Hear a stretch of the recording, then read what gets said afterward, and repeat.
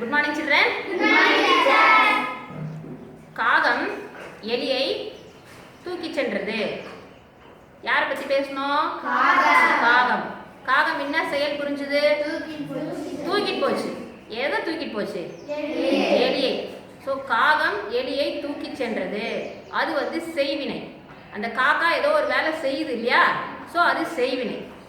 எலி காகத்தால் தூக்கி செல்லப்பட்டது அப்படின்னு சொல்கிறேன். அதில் நம்ம எலி ஏதாவது வேலை செய்தா? அதில் எந்த வேலையும் செய்யலை இல்லையா? அதனால் இது செயற்பாட்டு வினை. எலி காகத்தால் தூக்கி செல்லப்பட்டதுன்னு போது செயற்பாட்டு வினைன்னு சொல்லுவோம்.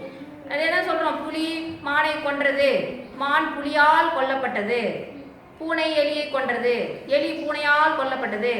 செய்வினை செயற்பாட்டு வினை. அதுதான் நம்ம இங்கிலீஷில் ஆக்டிவ் வாய்ஸ் பாசிவ் வாய்ஸ் அப்படின்னு சொல்லுவோம். என்னன்னு சொல்லுவோம்? Active voice passive voice. செய்வினை செயற்பாட்டு வினை. தமிழில் நீங்கள் படிச்சிருக்கீங்களான்னு தெரில, எனக்கு இலக்கணத்தில் படிச்சிருக்கீங்க. ஸோ மொத்தம் வேர்புன்னு எடுத்துக்கிட்டிங்கன்னா அதில் 12 ஃபார்ம்ஸ் இருக்குது.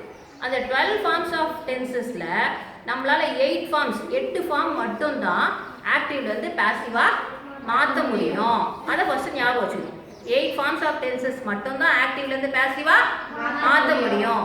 ரெண்டாவது, நம்ம எப்போவுமே பாஸ்ட் பார்ட்டிசிபிள் வேர்பு தான் யூஸ் பண்ணணும். என்ன வேர்ப் யூஸ் பண்ணணும்? Past participle. அங்கே V1 V2 V3 verb 1 verb 2 verb 3 drink drank drunk speak spoke spoken eat ate eaten அந்த தேர்ட் காலமில் வருது இல்லையா வேர்ப்ஸு?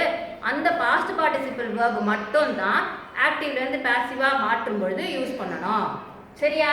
அதுக்கப்புறம் என்ன டென்ஸில் கொடுத்துருக்கோ அந்த டென்ஸை நம்ம மாற்றக்கூடாது. டென்ஸ் என்ன பண்ணக்கூடாது? டென்ஸை சேஞ்ச் பண்ணவே கூடாது. அந்த வேர்ப் என்ன டென்ஸில் இருக்கோ அதே டென்ஸில் தான் இருக்கும். டென்ஸ் எந்த காரணம் கொண்டும் மாற்றக்கூடாது. அப்புறம் சப்ஜெக்ட் வேர்ப் ஆப்ஜெக்ட். நேற்று பார்த்தோம் இல்லையா சென்டென்ஸ் பேட்டர்னில்? சப்ஜெக்ட் வேர்ப் ஆப்ஜெக்ட் அது SVO பேட்டர்னை நம்ம பாசிவாக மாற்றும் பொழுது OVSஆக மாற்றிடணும். OVSஆக மாற்றிடணும். இன்னொரு முறை எல்லாத்தையும் ரெக்கலெக்ட் பண்ணிக்கலாம். ஓகே, ஃபஸ்ட்டு 12 ஃபார்ம்ஸ் ஆஃப் டென்சஸில் 8 ஃபார்ம்ஸ் மட்டும்தான் நம்மளால் ஆக்டிவ்லேருந்து பாசிவாக மாற்ற முடியும். அப்புறம் கொடுக்கப்பட்டுள்ள சென்டென்ஸில் SVO இருந்ததுன்னா ஆப்ஜெக்ட் இருந்தால் தான் பாசிவாக மாற்ற முடியும். சப்ஜெக்ட் வேர்ப் ஆப்ஜெக்டை SVO பேட்டர்னை OVSஆக மாற்றிக்கணும். அப்புறம் அந்த சென்டென்ஸில் இருக்க வேர்போட டென்ஸு அதை நம்ம மாற்றக்கூடாது. எந்த காரணத்தை கொண்டும் மாற்றக்கூடாது. அதே மாதிரி ஆக்டிவ்லேருந்து பாசிவாக மாற்றும் பொழுது பாஸ்ட் பார்ட்டிசிபிள் வேர்ப் தான் பயன்படுத்தணும். verb 1 verb 2 verb 3 நம்ம ஏற்கனவே அந்த டேப்லெட் காலம் படிச்சிருக்கோம், நிறைய வேர்ப்ஸ் படிச்சிருக்கோம். ஸோ அந்த பாஸ்ட் பார்ட்டிசிபிள் வேர்ப்ஸை யூஸ் பண்ணணும் பாசிவில் மாற்றும் பொழுது. இப்போ நம்ம இன்றைக்கி பார்க்க போகிறது ப்ரெசன்ட் டென்ஸ் மட்டும்தான். நான் சொன்னேன் 8 ஃபார்ம்ஸ் மட்டும்தான் பாசிவாக மாற்ற முடியும்னு. அதில் இன்றைக்கி நம்ம பார்க்க போகிறது ப்ரெசன்ட் டென்ஸ் மட்டும்தான். 8 டென்சஸ் என்னன்னு பார்த்துக்கிட்டிங்கன்னா 12 டென்சஸ் இருக்கு இல்லையா? அந்த 12 ஃபார்ம்ஸில் 8 ஃபார்ம்ஸ் தான் மாற்ற முடியும். அது என்னன்னு பார்த்தீங்கன்னா present tense, past tense, future tense, present continuous, past continuous, present perfect, past perfect, future perfect. இந்த 8 சென்டென்ஸ், இந்த 8 ஃபார்ம்ஸ் மட்டும்தான், டென்ஸ் மட்டும்தான் ஆக்டிவ்லேருந்து பாசிவாக மாற்ற முடியும். மற்றதெல்லாம் மாற்ற முடியாது. சரியா? இப்போ நம்ம இதெல்லாம் நான் ஏற்கனவே சொல்லிட்டேன். சப்ஜெக்ட் SVOவா இருந்தால் என்ன ஒன்று மாற்றணுன்ட்டேன்? OVS மாற்றணும்னு சொல்லிட்டேன். டென்ஸ் மாற்றக்கூடாதுன்னு சொல்லிட்டேன். பாஸ்ட் பார்ட்டிசிபிள் வேர்ப் தான் பயன்படுத்தணும்னு சொன்னேன். அதுதான் உங்களுக்கு ஞாபகம் வச்சுருக்கேன், நான் இங்கே எழுதிருக்கேன். இப்போ ப்ரெசன்ட் டென்ஸ் மட்டும்தான் பார்க்க போகிறோம். இன்றைக்கி present tense, tomorrow will see past tense. Okay, so John sells computers. யாரை பற்றி இந்த வாக்கியத்தில் பேசுகிறோம்? ஜான் பற்றி பேசுகிறோம். ஜான் என்ன பண்ணுறாரு? கம்ப்யூட்டர்ஸு விற்கிறார். செல்ஸ் என்னன்னு அர்த்தம்? விற்கிறாருன்னு அர்த்தம். என்ன விற்கிறாரு?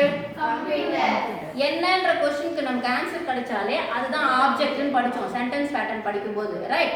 ஸோ SVO ஆப்ஜெக்ட் இருந்தால் தான் நம்ம என்ன பண்ண முடியும்? பாசிவ் வாய்ஸில் மாற்ற முடியும்னு சொன்னேன் இல்லையா? ஸோ SVOவை என்னவா மாற்ற போகிறோம்? OVSஆ மாற்ற போகிறோம். இங்கே O என்னது? கம்ப்யூட்டர்ஸ். கம்ப்யூட்டர்ஸ் இங்கே எழுதியாச்சா? கம்ப்யூட்டர்ஸ். கம்ப்யூட்டர்ஸ் சிங்குலரா ப்ளூரலா? ஒருமையா பன்மையா? பன்மை. ஏன்னா இங்கே என்ன போட்டிருக்கோம்? சப்ஜெக்டில் S போட்டிருக்கோம் இல்லையா? ஸோ S போட்டாச்சு. கம்ப்யூட்டர்ஸ்னு வரும்பொழுது நம்ம ப்ரெசன்ட் டென்ஸ், டென்ஸ் மாற்றக்கூடாது. செல்ஸ் ப்ரெசன்ட் டென்ஸ், அதனால மாற்றக்கூடாது. கம்ப்யூட்டர்ஸ் வரும்போது நம்ம ஈஸ் போடணுமா ஆர் போடணுமா? ஆர். ஏன்னா கம்ப்யூட்டர்ஸ் பன்மை plural. Very good. Computers are இங்க செல்ஸ்க்கு பதில் sell sold sold V3 verb என்னது sold. So computers are sold by John. இந்த by என்னதுன்னு கேட்டீங்கன்னா computers ஜானால் விற்கப்பட்டது. அந்த ஜானால் சொல்றோம்ல ஜானால் விற்கப்பட்டது. பூனை எலியை கொன்றதுனாக்கா எலி பூனையால் கொல்லப்பட்டது. அந்த ஆல் தான் என்னதுங்க இங்கிலீஷ்ல இங்க போறது பை. புரிஞ்சுதா? சரி computers are sold by John. ஏதாவது டவுட் இருக்கா? நோ. இங்க பாரு நெக்ஸ்ட் ஒன் பாப்போம். Mary writes a poem. Mary வந்து சப்ஜெக்ட். யாரை பத்தி பேசுறோம்? மேரி தான் அப்ப சப்ஜெக்ட். ரைட்ஸ்ன்றது என்ன செயல் செய்றாங்க? எழுதுறாங்க. என்ன எழுதுறாங்க? poem. அப்ப இதுதான் என்னது? Object. So subject verb object. இங்க மேரி வந்து சிங்குலர், அதனால தான் verbல என்ன போட்டுருக்கோம்? s போட்டுருக்கோம். பிரசன்ட் டென்ஸ்ல verbல என்ன வரணும்? s வரணும். ப்ளூரல் இந்த சப்ஜெக்ட் வந்து பன்மையா இருந்தா verbல s வராது. சரியா? இப்போ SVO நம்ம என்னவா மாத்த போறோம்? OVS ஆ மாத்த போறோம். ஆக்டிவ் வாய்ஸ்னா சப்ஜெக்ட் கண்டிப்பா ஏதாவது ஒரு செயல் செய்வாங்க. மேரி ரைட்ஸ் a poem என்ன செயல் செய்றாங்க? எழுதுற செயல் செய்றாங்க. சரியா? இப்போ நம்ம OVS ஆ மாத்த போறோம். O என்னது? a poem. A poem is written by Mary. ஒரு கவிதை மேரியால் எழுதப்பட்டது. அந்த ஆல் தான் இங்க என்னது? by. இப்போ ரைட்டுக்கு 3 ஃபார்ம்ஸ் என்னது? Right wrote written படிச்சிருக்கோமா? சோ அப்ப அந்த written தான் இங்க நம்ம யூஸ் பண்ணிருக்கோம். a poem ஒரு poem தான். அதனால is போட்டுருக்கோம். சிங்குலரா இருந்தா is போடுவோம். ரைட் wrote written போட்டாச்சு. by Mary ஒரு கவிதை மேரியால் எழுதப்பட்டது. புரிஞ்சுதா? அடுத்து பார்க்கலாமா? சரி நெக்ஸ்ட் பாருங்க. he plays chess. அவன் செஸ் விளையாடுறான். he என்ன? இல்ல he என்ன அர்த்தம்? அவன் என்ன செயல் செய்றான்? செஸ் விளையாடுறான். அப்போ இது சப்ஜெக்ட் verb ஆப்ஜெக்ட். அப்போ chess is played by. he வந்தா என்னவா மாத்தணும்? he வந்தா him ன்னு மாத்திக்கணும். he வந்தா என்ன மாத்தணும்? him. chess is played by him. chess வந்து சிங்குலர், அதனால நம்ம is போட்டுருக்கோம். play played அதனால V3 verb இங்க போட்டாச்சு. past participle verb played அது போட்டாச்சு by him. அடுத்து பாருங்க. she prepares tea. subject verb object. she அவள் என்ன பண்றா? டீ தயாரிக்கிறாள். சரியா? என்ன தயாரிக்கிறா? டீ. அப்ப SVO டீ தான் O. ஆப்ஜெக்ட் முன்னாடி கொண்டு வந்துட்டோமா? OVS ஆ மாத்திக்கணும் இல்லையா? சோ டீ வந்து சிங்குலரா ப்ளூரலா? சிங்குலர். சோ is போடுறோம். tea is prepared by. she என்னவா மாத்திக்கணும்?